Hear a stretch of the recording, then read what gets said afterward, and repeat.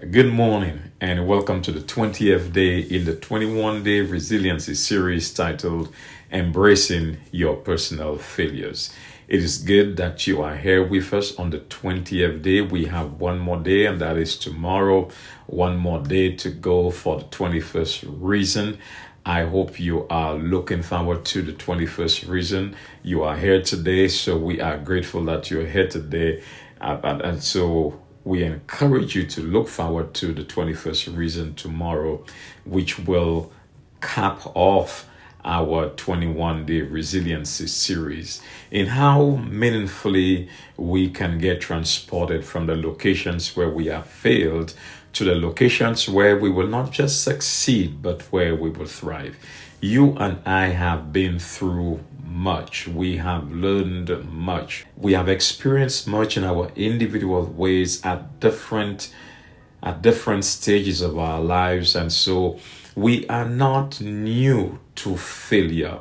What we may have differently may be our approach to the management of our failing experiences or our failed experiences. So today we are prepared to share with you the 20th reason why we should embrace our personal failures. Again, we ask that if you like the content of our channel, that you would tap the like button, that you would subscribe if you haven't, and we ask that you do tell others about us as well. The 20th reason why we should embrace our personal failures is failure is proof that we tried. Failure is proof that we tried. Let us together get into today's presentation. Have you ever failed at something and immediately felt embarrassed? Maybe a test, a job interview, maybe a relationship that you always wanted, or a goal you quietly hoped that you would achieve. But here's the twist that most people never realize. The only reason you were able to fail, the only way you can fail, the only reason you are able to experience failure is because you were brave enough to try. Think about it. People who never step out, never reach higher, never take chances, they cannot fail. They also cannot grow. So what if failure is not a sign of your weakness, but it's a sign of your courage, your inner resilience?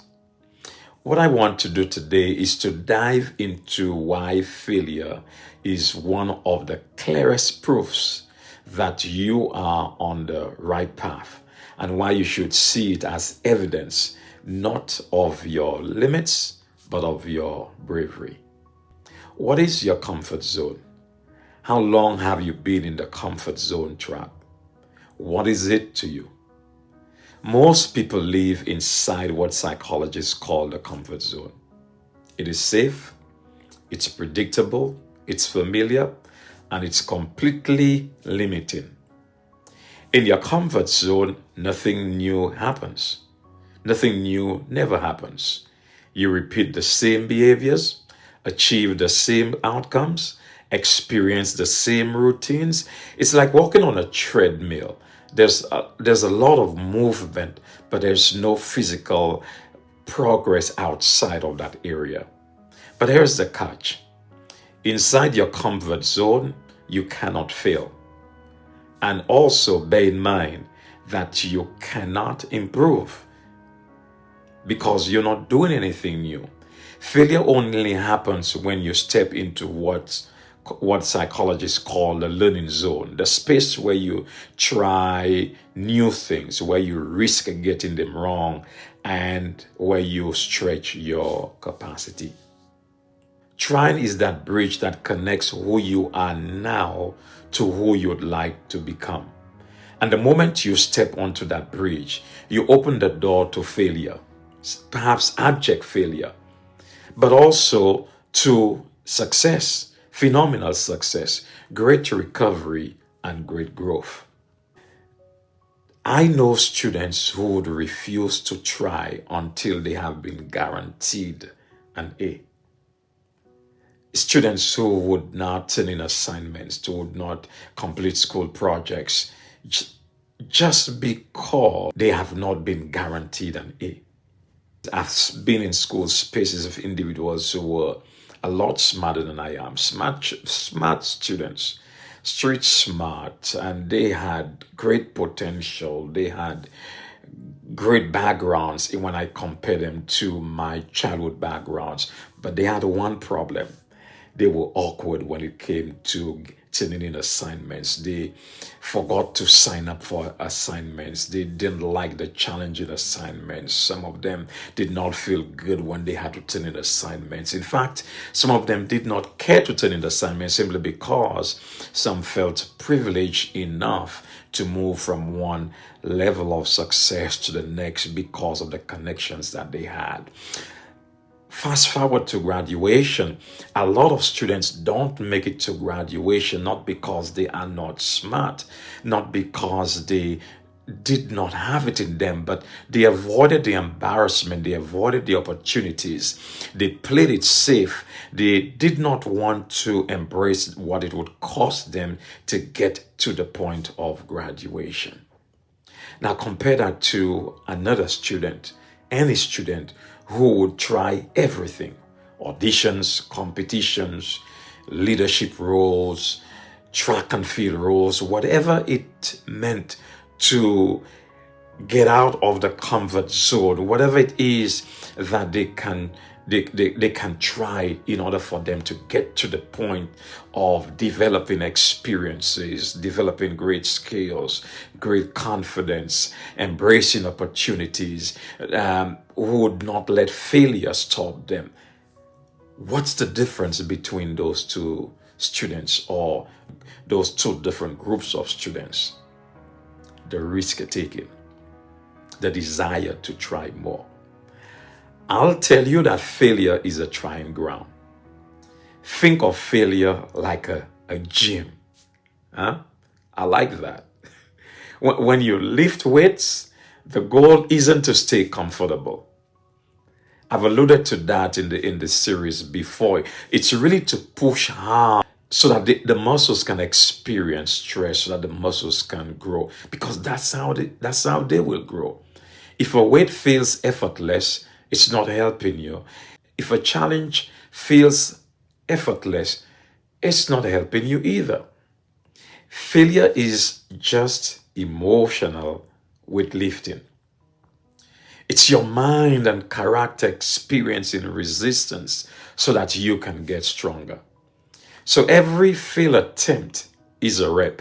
Every rep builds skill, resilience, toughness, and greater confidence. So the next time you fail, instead of thinking, I'm not good enough, instead of thinking, I'm going to give up, try thinking, I just need to get stronger.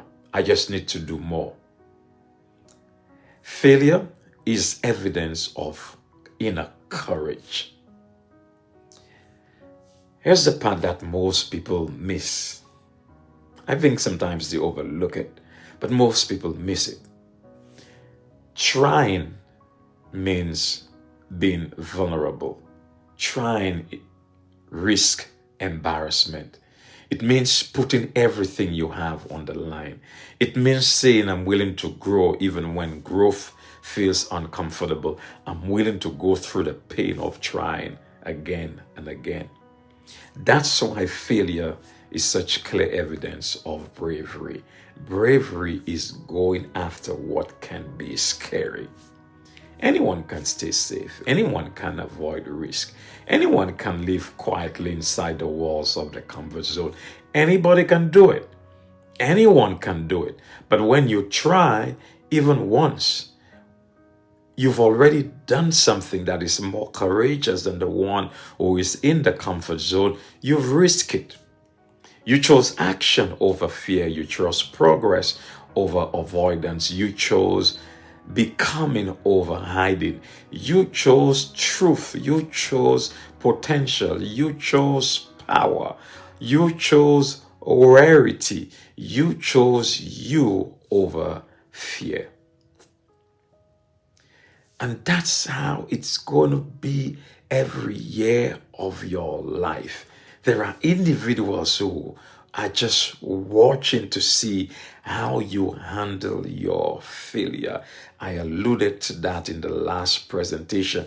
If you miss that bridge, if you go past that bridge that is meant to take you on the other side to your success, if you miss that shot in basketball, if you give up on that one rep, you are going to frustrate yourself because you desire what you're not willing to work hard for. In real life, you have to work hard for what you want, because if you're not willing to shoot that shot, if you're not willing to push that last rep, if you're not willing to put in the work, it's not going to happen. And you know that. The real people who become leaders, creators, innovators, achievers, they're the ones who shoot the shot. They fail many times. They failed many times. But the lesson cannot be overlooked, because today we are here talking about that. So you may miss a shot, but at least you try. Never trying to shoot that shot means that you were afraid. Now, what's going to define you? Your attempt or your fear? Failure is not the opposite of success. The opposite of failure is not trying at all. Staying in the comfort zone. Not wanting to develop the potential, the capacity that you have.